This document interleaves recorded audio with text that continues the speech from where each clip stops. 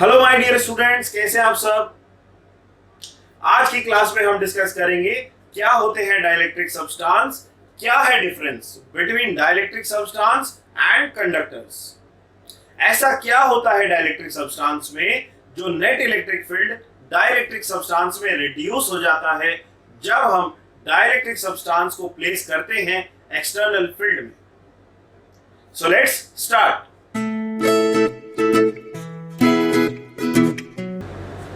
Dielectric substance are the non-conducting substance which do not allow the passage of or the flow of charges through them.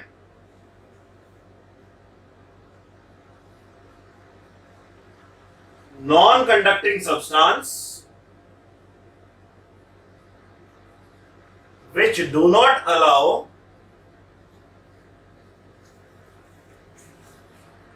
the flow of charge through them. So भाई dielectric substance वो substance है जो charges के flow को allow नहीं करते हैं एक पोजीशन से दूसरे पोजीशन पर, लेकिन डाइलेक्ट्रिक सब्सटेंस अलाउ करते हैं चार्जेस को कि वो एक चार्ज दूसरे चार्ज पर इलेक्ट्रोस्टैटिक फोर्स एक्सर्ट कर सकता है। एक चार्ज दूसरे चार्ज को इन्फ्लुएंस कर सकता है in terms of electric force. So this is the second property, it allows the charges to exert electrostatic force on each other. अब ये सोचने वाली बात है कि चार्जेस एक जगह से दूसरी जगह पे मूव नहीं कर सकते हैं, लेकिन उसके बावजूद भी वो एक चार्ज दूसरे चार्ज पर फोर्स एक्सर्ट कर सकता है। तो ऐसा कैसे? ये बिल्कुल उसी तरीके से है जैसे लॉकडाउन हो गया है और मैं एक टीचर हूं, मैं स्कूल में या कहीं पर भी क्लास लेने नहीं जा सकता।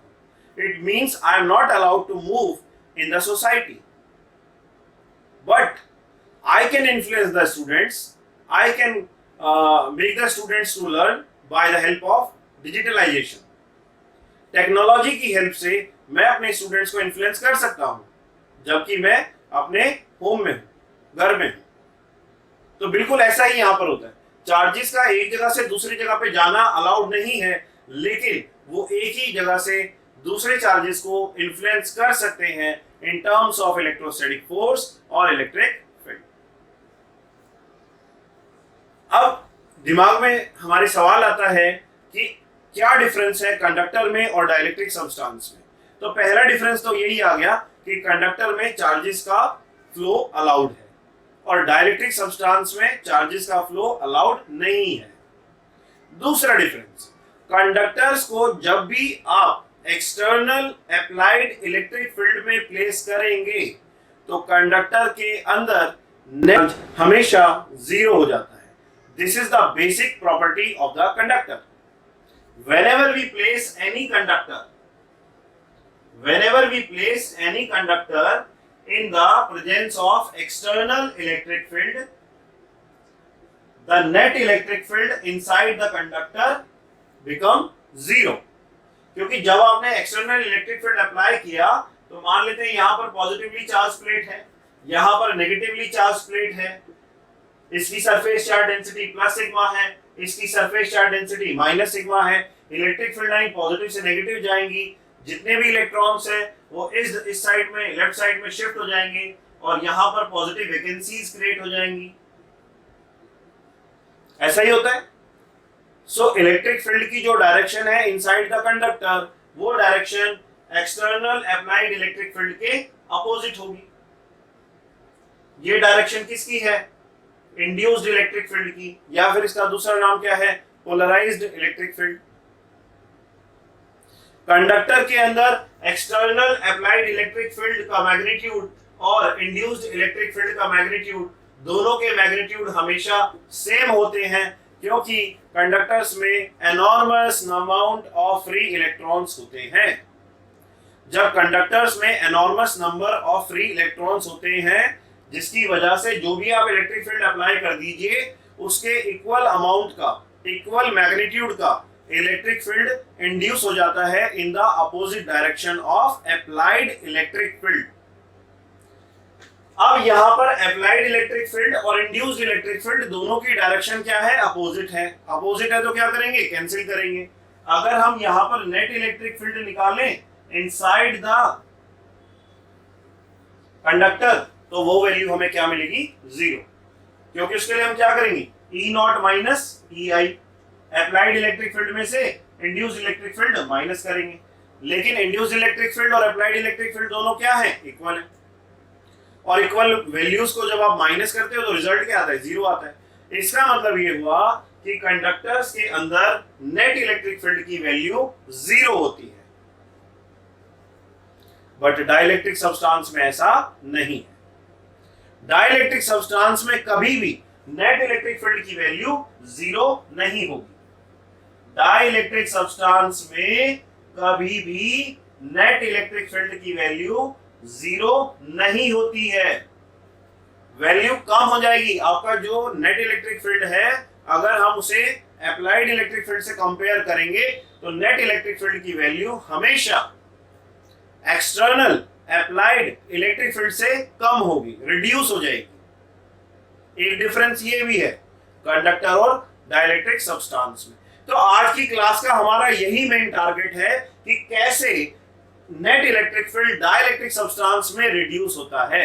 अगर ये समझ में आ जाएगा तो आज की क्लास हमारी पैसा वसूल परफॉर्मेंस है, ठीक है ना? अगर ये समझ में आ जाएगा तो आज की क्लास हमारी सक्सेसफुल रहेगी। अब देखिए, अब हम समझते हैं डाइलेक्ट्रिक सब्सटेंस कितने टाइप के होते हैं। उससे पहले हमें इसके थोड़ा डेप्थ में जाना होगा और समझना होगा इनका मॉलिक्यूलर स्ट्रक्चर। तो देखिए, मॉलिक्यूल हमारे दो कैटेगरी में हमने कैटेगराइज करते हैं। एक होते हैं पोलर मॉलिक्यूल और दूसरे होते हैं non polar molecule.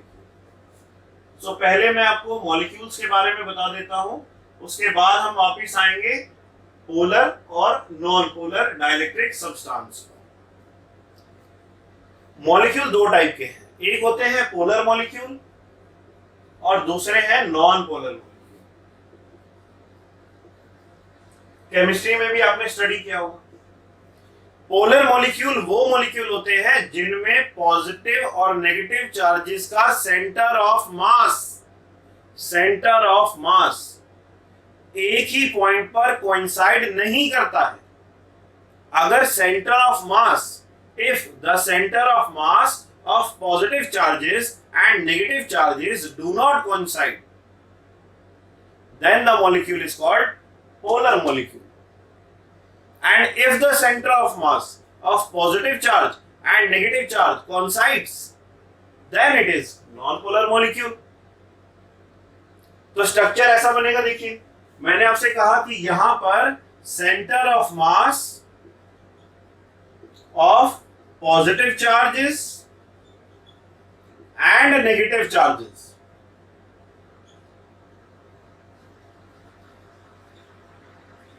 do not coincide। coincide का मतलब होता है एक ही पॉइंट पर लाई करना, लेकिन मैं यहां पर लिख रहा हूं do not coincide। इसका मतलब वो एक पॉइंट पर coincide नहीं कर रहे हैं। एग्जाम्पल के लिए HCl, H2O, NH3, these all are the examples of polar molecule। यहां पर आप देख सकते हैं, देखिए HCl में कैसा स्ट्रक्चर बनेगा, ऐसा बनता है। यहां पर हम डेल्टा पॉजिटिव, यहां पर डेल्टा नेगेटिव रिप्रेजेंट करते हैं, क्योंकि आपका H तो पॉजिटिव हो गया और Cl आपका क्या हो गया? नेगेटिव हो गया। सो यहां पर अगर हम देखें तो यहां पर +1 डेल्टा पॉजिटिव चार्ज है, यहां पर डेल्टा नेगेटिव चार्ज है। दोनों चार्जेस का मैग्नीट्यूड सेम है बट पोलैरिटी अपोजिट है। मैग्नीट्यूड सेम हो, पोलैरिटी अपोजिट हो और एक सर्टेन डिस्टेंस पे सेपरेट कर दिया जाए तो इस अरेंजमेंट को क्या बोलते हैं? Electric dipole. Electric dipole is an arrangement in which two equal and opposite charges are separated to a certain distance. तो ये जो आपका HCl का स्ट्रक्चर है, ये एक पोलर मॉलिक्यूल है और ये एक डाइपोल की तरह बिहेव करता है। और जितने भी डाइपोल हैं उनके पास एक अपनी खुद की डाइपोल मोमेंट होती है जिसको हम कैलकुलेट कर सकते हैं। और डाइपोल मोमेंट की जो डायरेक्शन है वो हमें पता है, फिक्स है, हमेशा नेगेटिव चार्ज से positive charge. The direction of dipole moment is from negative charge to positive charge in case of polar molecule. So यहाँ पर हमारा जो कंक्लूजन निकला वो ये निकला कि पोलर मॉलिक्यूल्स वो मॉलिक्यूल्स होते हैं जिनका centre of mass positive charge का और नेगेटिव चार्ज एक पॉइंट पर कोइंसाइड नहीं करते। इनके पास अपनी खुद की डाइपोल मोमेंट होती है। इनके पास अपनी खुद की डाइपोल मोमेंट होती है। इसका मतलब polar molecules have their own dipole moment. Second type of molecule is non polar molecule. Non polar molecule ऐसे मॉलिक्यूल जिनके centre of mass of positive charges and negative charges coincide at a point। Coincide का मतलब ऐसे ही होता है कि एक ही point पर कोइंसाइड करेंगे। सो यहां पर आपके एग्जांपल है H2, O2, N2 एटसेट्रा। तो इसमें कैसा बनता है कि पॉजिटिव चार्जेस का सेंटर ऑफ मास और नेगेटिव चार्जेस का सेंटर ऑफ मास दोनों एक ही पॉइंट पर कोइंसाइड करते हैं। अगर दोनों एक ही पॉइंट पर कोइंसाइड करेंगे तो डाइपोल की लेंथ कितनी है? डाइपोल की लेंथ यहां पर 0 है। डाइपोल लेंथ 0 है और अगर डाइपोल लेंथ 0 है तो डाइपोल मोमेंट कितनी है? डाइपोल मोमेंट भी 0 है, क्योंकि डाइपोल मोमेंट का फॉर्मूला क्या होता है? Magnitude of charge multiply by dipole length. Dipole length 0 है तो डाइपोल मोमेंट भी 0 होगा। It means non polar molecules do not have any kind of their own natural dipole moment. बताइए, क्लियर हुआ? समझ में आया? आगे बढ़े। अब पोलर और नॉन पोलर मॉलिक्यूल के बेस पे हम कैटेगराइज करते हैं डाइलेक्ट्रिक सब्सटेंस को 2 टाइप्स में। एक हुआ पोलर डाइलेक्ट्रिक सब्सटेंस और दूसरा हुआ नॉन पोलर डाइलेक्ट्रिक सब्सटेंस। तो समझते हैं कैसे हम स्ट्रक्चर ड्रॉ कर सकते हैं पोलर डाइलेक्ट्रिक सब्सटेंस का।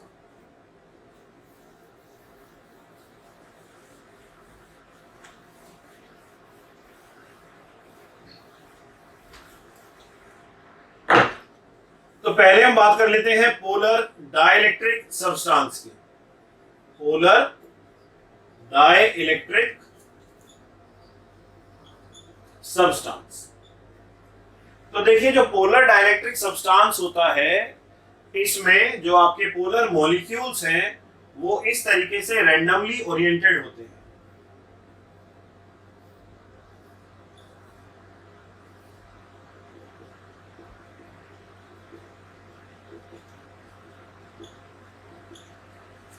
और थर्मल एजिटेशन की वजह से इनका जो पूरे सब्सटेंस का नेट डाइपोल मोमेंट होता है वो 0 होता है। कुछ बुक्स में आपको ऐसा भी मिलेगा कि जो आपके पोलर डाइलेक्ट्रिक सब्सटेंस हैं उसमें डाइपोल्स अपने आप को in the absence of electric field, यहां पर हम बात कर रहे हैं एब्सेंस ऑफ इलेक्ट्रिक फील्ड, अभी हमने कोई इलेक्ट्रिक फील्ड यहां पर अप्लाई नहीं किया है, इसका मतलब इस केस में इलेक्ट्रिक फील्ड की वैल्यू 0 है। कुछ बुक्स में आपको ऐसा डायग्राम मिलेगा कि जो आपके पोलर डाइलेक्ट्रिक सब्सटेंस होते हैं एब्सेंस ऑफ इलेक्ट्रिक फील्ड में उनके पोलर मॉलिक्यूल्स अपने आप को इस तरीके से अलाइन कर लेते हैं। और इसमें अगर मैं डाइपोल मोमेंट की डायरेक्शन दिखाऊं तो यहां पर डाइपोल मोमेंट की डायरेक्शन क्या होगी? नेगेटिव से पॉजिटिव, नेगेटिव से पॉजिटिव, नेगेटिव से पॉजिटिव, नेगेटिव से पॉजिटिव। क्या बन गया ये? यहां पर कौन सा लॉ लग सकता है वेक्टर एडिशन का? Polygon law of vector addition. और पॉलीगन लॉ वेक्टर एडिशन में ये कहा गया है कि अगर आपका क्लोज्ड पॉलीगन बन रहा है और उसमें सारे वेक्टर सेम ऑर्डर में है तो उसके अंदर नेट रिजल्टेंट जो है डाइपोल का या जो नेट रिजल्टेंट है वेक्टर का वो आपका हमेशा 0 वेक्टर के इक्वल होगा। तो यहां पर नेट डाइपोल मोमेंट क्या होगा? 0 होगा। तो कहने का मतलब कुल मिला के कंक्लूजन ये निकला, in the absence of external electric field the net dipole moment of dielectric substance is always zero. But it is not true in the case when we apply external electric field. So let us apply external electric field across the dielectric substance. अभी हम आ जाते हैं presence of external electric field की। Presence of external electric field, ये हमने मान लिया एक पॉजिटिवली चार्ज प्लेट है और इसकी surface charge density plus sigma है। एक हमने मान लिया यहां पर नेगेटिवली चार्ज प्लेट है और इसकी surface charge density minus sigma है। अब यहां पर क्या है, इस प्लेट पे पॉजिटिव चार्ज डिस्ट्रीब्यूटेड है, यहां पर नेगेटिव चार्ज डिस्ट्रीब्यूटेड है। अब इलेक्ट्रिक फील्ड लाइन पॉजिटिव से नेगेटिव ऐसे मूव करेंगी, ये हम जानते हैं। Electric field line always move from higher potential to lower potential, from originates from positive charge and terminates to negative charge. अब इन दो चार्ज प्लेट्स के बीच में मैंने एक डाइलेक्ट्रिक सब्सटेंस को प्लेस किया। तो ये देखिए, ये मैंने एक डाइलेक्ट्रिक सब्सटेंस यहां पर प्लेस कर दिया।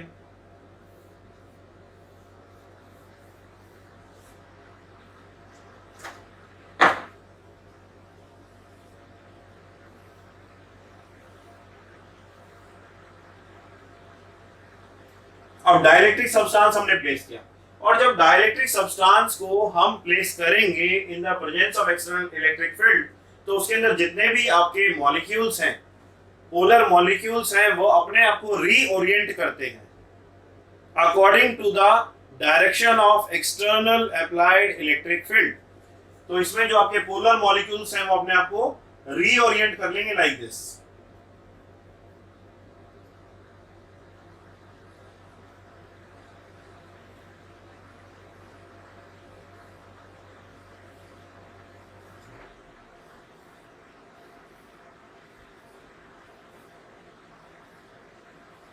So molecules reorient like this, किस कॉन्सेप्ट के बेसिस पे, कि जितना भी नेगेटिव चार्ज है वो पॉजिटिवली चार्ज प्लेट की तरफ अट्रैक्ट हो जाएगा, मूव करेगा, अलाइन करेगा,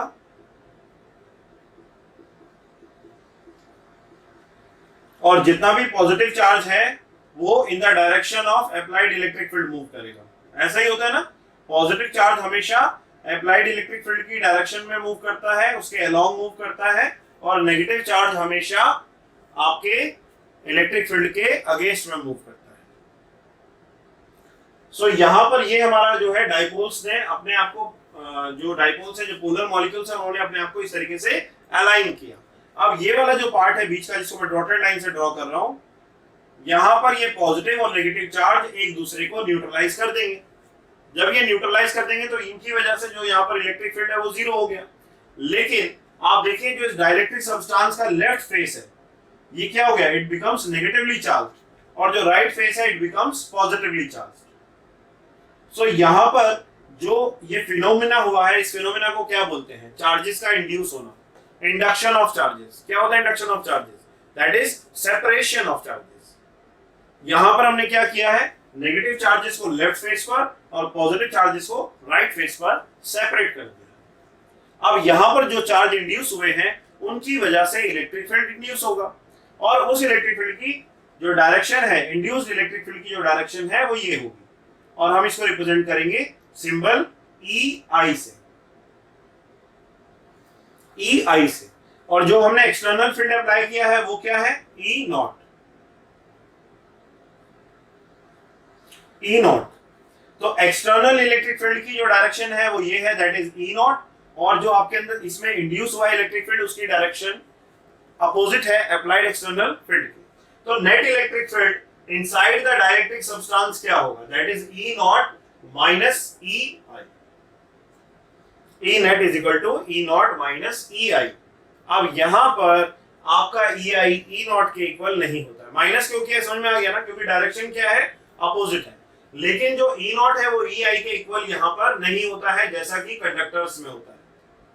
यहाँ पर हमेशा आपका ई नॉट लार्जर होगा ई आई से, मतलब इंड्यूस्ड इलेक्ट्रिक फील्ड की वैल्यू हमेशा एक्सटर्नल अप्लाइड इलेक्ट्रिक फील्ड से लेस होगी, जिसकी वजह से net electric field inside dielectric substance get reduced.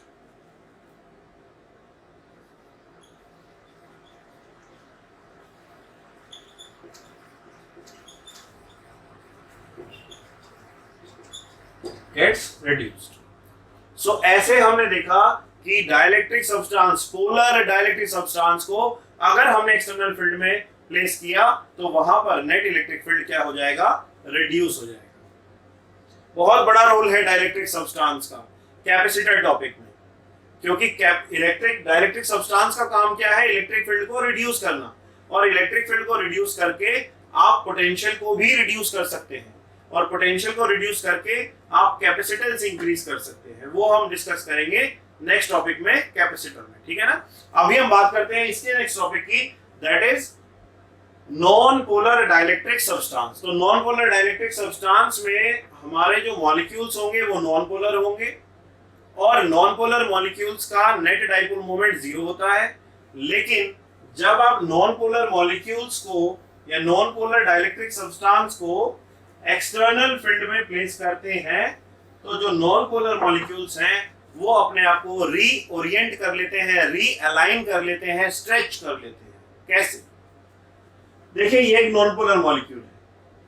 अभी हमने जो इलेक्ट्रिक फील्ड अप्लाई किया इसके अक्रॉस वो 0, लेकिन जैसे ही आपने इसके अक्रॉस इलेक्ट्रिक फील्ड अप्लाई किया तो ये मॉलिक्यूल अपने आप को इस तरीके से स्ट्रेच कर लेगा। जो नेगेटिव चार्ज है वो इलेक्ट्रिक फील्ड के अपोजिट डायरेक्शन में आ जाएगा, है ना। इलेक्ट्रिक फील्ड जो नेगेटिव चार्ज है वो हमेशा इलेक्ट्रिक फील्ड के अगेंस्ट मूव करता है, और जो पॉजिटिव चार्ज है वो इलेक्ट्रिक फील्ड के अलोंग मूव करता है। तो ये जो आपका मॉलिक्यूल है, जो नॉन पोलर मॉलिक्यूल था, वो भी एक पोलर मॉलिक्यूल की तरह बिहेव करना स्टार्ट कर देगा। अब यहां पर सेम कंसेप्ट वही लगेगा जो पोलर डाइलेक्ट्रिक सब्सटेंस में लगता है। तो यहां पर सिर्फ यही बना हमारा कंक्लूजन कि जब हम नॉन पोलर डाइलेक्ट्रिक सब्सटेंस को एक्सटर्नल इलेक्ट्रिक फील्ड में प्लेस करेंगे तो वो भी एक पोलर डाइलेक्ट्रिक सब्सटेंस की तरह बिहेव करने लग जाता है, क्योंकि सभी नॉन पोलर मॉलिक्यूल्स अपने आप को स्ट्रेच करते हैं, अलाइन करते हैं, रीओरिएंट करते हैं, जैसा मैंने यहां पर बताया। सो ये हमारा हुआ नॉन पोलर डाइलेक्ट्रिक सब्सटेंस। अब इसमें ये हमारे जो नॉन पोलर मॉलिक्यूल्स थे वो अपने आप को ऐसे स्ट्रेच कर लेंगे, रीओरिएंट कर लेंगे in the presence of external electric field. Same concept यहां पर, लेफ्ट फेस जो है कंप्लीटली नेगेटिव हो जाएगा और राइट फेस आपका पॉजिटिव हो जाएगा। एक्सटर्नल इलेक्ट्रिक फील्ड की डायरेक्शन ये है अलोंग एक्स एक्सिस, और जो इंड्यूस्ड इलेक्ट्रिक फील्ड की डायरेक्शन होगी वो होगी अलोंग माइनस एक्स एक्सिस। ये जो पॉजिटिव और नेगेटिव चार्जेस हैं ये एक दूसरे को क्या कर देंगे, न्यूट्रलाइज कर देंगे। तो नेट इलेक्ट्रिक फील्ड यहां पर क्या आ जाएगा, that is E naught minus E I. इसका मतलब ये जो नेट इलेक्ट्रिक फील्ड है ये हमारा क्या है, reduced electric field. reduced electric field inside the dielectric substance. In the presence of external field E naught. E naught field की प्रेजेंस में ये हमारा जो E naught है, E net है, ये क्या है, reduced electric field। बोली समझ में आया, क्लियर हो गया। तो ऐसे डाइलेक्ट्रिक सब्सटेंस के अंदर इलेक्ट्रिक फील्ड रिड्यूस होता है। अभी मैं आपको बताने जा रहा हूं dielectric constant. What is the dielectric constant? So चलिए नेक्स्ट टॉपिक डिस्कस करते हैं, dielectric constant. So dielectric constant क्या है? डाइलेक्ट्रिक कांस्टेंट एक रेशियो है, इट इज द रेशियो जिसमें हम कंपेयर करते हैं एक्सटर्नल अप्लाइड इलेक्ट्रिक फील्ड को रिड्यूस्ड इलेक्ट्रिक फील्ड के साथ। जैसे डाइलेक्ट्रिक कांस्टेंट, पहली बात तो यह है कि इसका सिंबल क्या होगा। डाइलेक्ट्रिक कांस्टेंट का सिंबल होता है capital K. Capital K is the symbol of dielectric constant, small K is the symbol of Coulomb's constant, so don't get confused in between these two k. Okay, so capital K is the symbol of dielectric constant and it is the ratio of applied electric field to the reduced electric field. So हम लिख सकते हैं K is equal to E naught upon में E net, और E net हमारा क्या है, reduced electric field है। तो मैं लिख सकता हूं K is equal to E naught upon में E नॉट माइनस EI, क्योंकि reduced electric field net electric field की वैल्यू हमने अभी फाइंड की थी E naught minus EI। So this is the dielectric constant, it is the ratio of applied electric field to the reduced electric field. यहां पर हम देख सकते हैं E नॉट अपॉन में E नॉट माइनस EI, तो ऊपर भी इलेक्ट्रिक फील्ड है न्यूमरेटर में और डिनोमिनेटर में भी इलेक्ट्रिक फील्ड है, तो ये क्या हो जाएगा आपका यूनिटलेस हो जाएगा। और यही डाइलेक्ट्रिक कांस्टेंट आपका रिलेटिव इलेक्ट्रिकल परमिटिविटी के भी इक्वल होता है, जो हमने चैप्टर 1 में डिस्कस किया था। This dielectric constant is equal to relative electrical permittivity. ठीक है ना, इज इट क्लियर? अब इससे देखिए, अगर आप ऐसे लिखेंगे K इज इक्वल टू, अगर मैं लिखता हूं E नॉट अपॉन में E नेट, नेट हो गया मीडियम के अंदर डाइलेक्ट्रिक सब्सटेंस के अंदर, और E नॉट हो गया जो आपने इलेक्ट्रिक फील्ड अप्लाई किया। अगर मैं न्यूमरेटर डिनोमिनेटर दोनों को Q नॉट से मल्टीप्लाई कर दूं तो ये मेरा क्या हो जाएगा, Q not into E not, this is F not, force in the vacuum और फ्री स्पेस, और ये क्या हो जाएगा, फोर्स इन द मीडियम। यही तो डेफिनेशन थी आपकी ER की, एप्सिलॉन R की, रिलेटिव इलेक्ट्रिकल परमिटिविटी की। नहीं विश्वास होता तो वैल्यू पुट करके देख लो। चलिए वैल्यू पुट कर लेते हैं। K इज इक्वल टू क्या होगा, F नॉट, F नॉट का formula 1 bye 4 pi epsilon naught Q1 Q2 by R square. F medium put करके देख लीजिए, 1 bye 4 pi epsilon naught epsilon R, यही होता है मीडियम में, Q1 Q2 by R square. ये कैंसिल हो गया, ये कैंसिल हो गया, क्या बचा जी यहाँ पर, K is equal to ER। बताओ सही कह रहे हैं गलत कह रहे हैं? कि डाइलेक्ट्रिक कांस्टेंट जो है वो रिलेटिव इलेक्ट्रिकल परमिटिविटी के बिल्कुल इक्वल है। एग्री और नॉट? एग्री। ठीक है बेटा, तो ये आज की क्लास में हमने डिस्कस किया डाइलेक्ट्रिक कांस्टेंट और रिलेटिव इलेक्ट्रिकल परमिटिविटी का रिलेशन। अभी नेक्स्ट क्लास में जो है मैं बहुत इंपॉर्टेंट टॉपिक डिस्कस करने जा रहा हूं, दैट इज इलेक्ट्रिक ससेप्टिबिलिटी। ठीक है, और एक उसका एक रिलेशन है, फॉर्मूला है, वो डिराइव करेंगे। उसके बाद हम थोड़ा सा कैपेसिटेंस के बारे में जानेंगे। उसके नेक्स्ट वीडियो में मैं आपको बताऊंगा कैपेसिटेंस के बारे में, कैपेसिटर के बारे में, point charge, parallel plate capacitor, ये सब करेंगे। और लाइव क्लास अभी कुछ दिनों के लिए सस्पेंड की है for few days due to some work, and I will again continue the live class very soon. Okay, so don't get stressed, be happy, like, share and subscribe your channel Physics Love because it is your loving channel। समझ में आ गया तो like जरूर कर देना, comment जरूर कर देना। थैंक यू, बाय बाय, जय हिंद, जय भारत।